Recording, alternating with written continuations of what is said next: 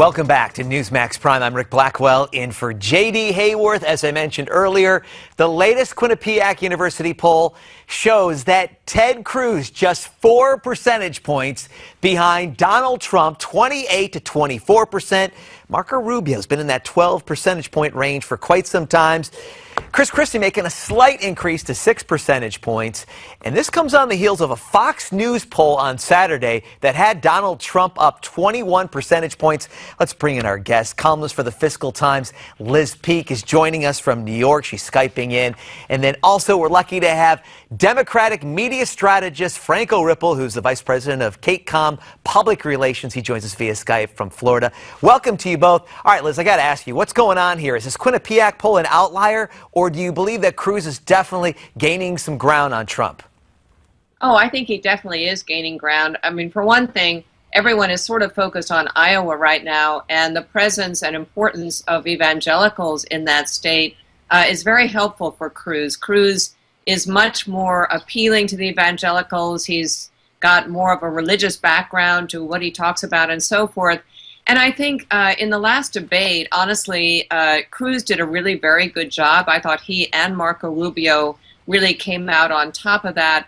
And it was another debate where I think people saw the outliers, Ben Carson, Donald Trump, Carly Fiorina, a little bit loosey-goosey with the facts, not as in command of the material and so forth. It was a good night for Cruz, and I think so. So I think that nationally he's making inroads, and in particular, after all the first big matchup state, I think we're going to see him do quite well.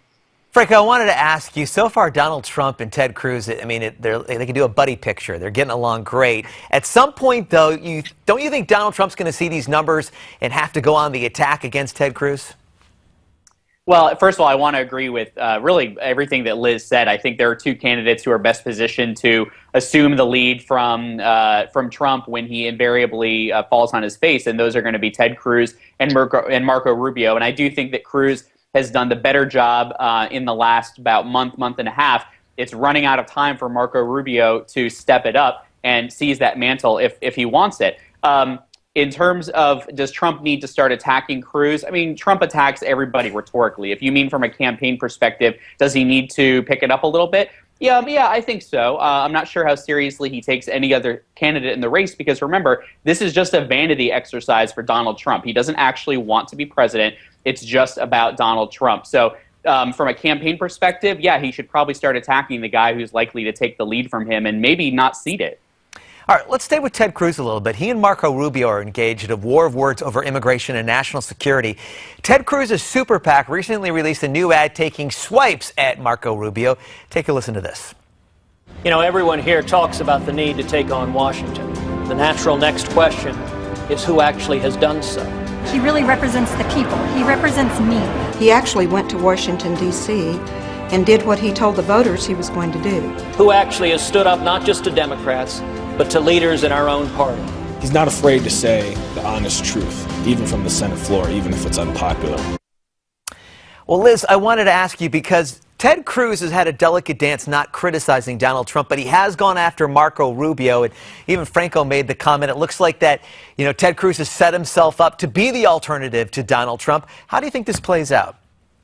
Oh, I think he definitely is. And in terms of Rubio not having much time, remember that the sort of moderate platform is still shared very much by other participants. I mean, he's still fighting against Jeb Bush, Chris Christie, etc. So there's sort of a hard right group, and that's really now just come down to Trump and Cruz, and it's sort of everybody else. So I think Rubio is still, look, the reason Cruz is going after Rubio is because Rubio's the man to beat.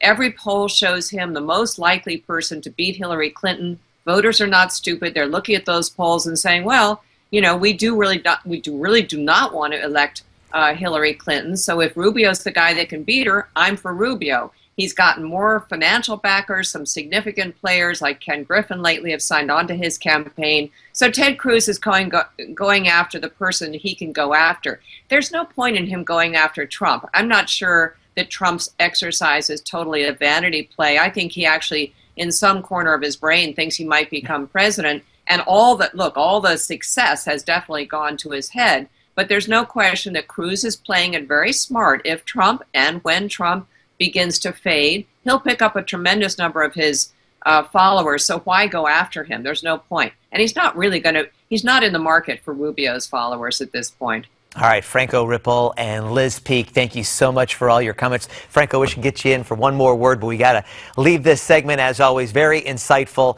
And again, 9 more days left in 2015, and the Iowa caucus is coming up February 1st. Wish you guys all the best. Happy holidays. Merry Christmas to you both. And just a reminder, we want to hear from you. Send us all your comments at newsmaxtv.com/comments or through Facebook and Twitter. And we're coming right back right here on Newsmax Prime.